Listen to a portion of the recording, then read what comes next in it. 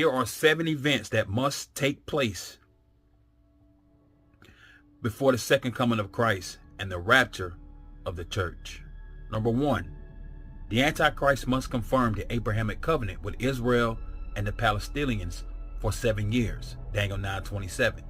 This covenant begins the final 7 years of prophecy. Number 2, Israel must rebuild her third temple and sacrifices must resume. How do we know that for certain? The Apostle Paul tells us in 2 Thessalonians chapter 2 verse 4 that the Antichrist will stand in the temple of God to commit the abomination of desolation. He cannot stand in the temple if there's no temple. Number 3, the Antichrist will stop the daily sacrifices on the Temple Mount. Daniel 9:27. He cannot stop them unless they have already begun. Number 4, in the middle of the final 7 years, the Antichrist will break the covenant and commit the abomination of desolation. This is when he enters the temple and proclaims himself to be God. At that moment, the world will know who he truly is.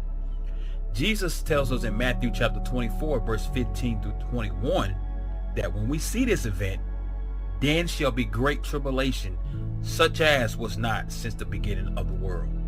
Number 5, the 2 witnesses will appear in Jerusalem, and they will prophesy for 1,260 days, the entire length of the Great Tribulation. Revelation 11, verses 3 through 6. They will have the power to shut the heavens that it rain not, to turn water into blood, and to smite the earth with plagues as often as they choose. Number 6, when their testimony is finished, the beast will rise up and kill them. Their bodies will lie in the street of Jerusalem for 3.5 days while the world looks on. And finally, number 7, after 3.5 days, the Spirit of life from God will enter into them, and they will stand on their feet. A great voice from heaven will say, "Come up hither," and they will ascend into heaven in the sight of all. Then the 7th trumpet will sound, and it will be declared, the kingdoms of this world are become the kingdoms of our Lord and his Christ, and he shall reign forever and ever.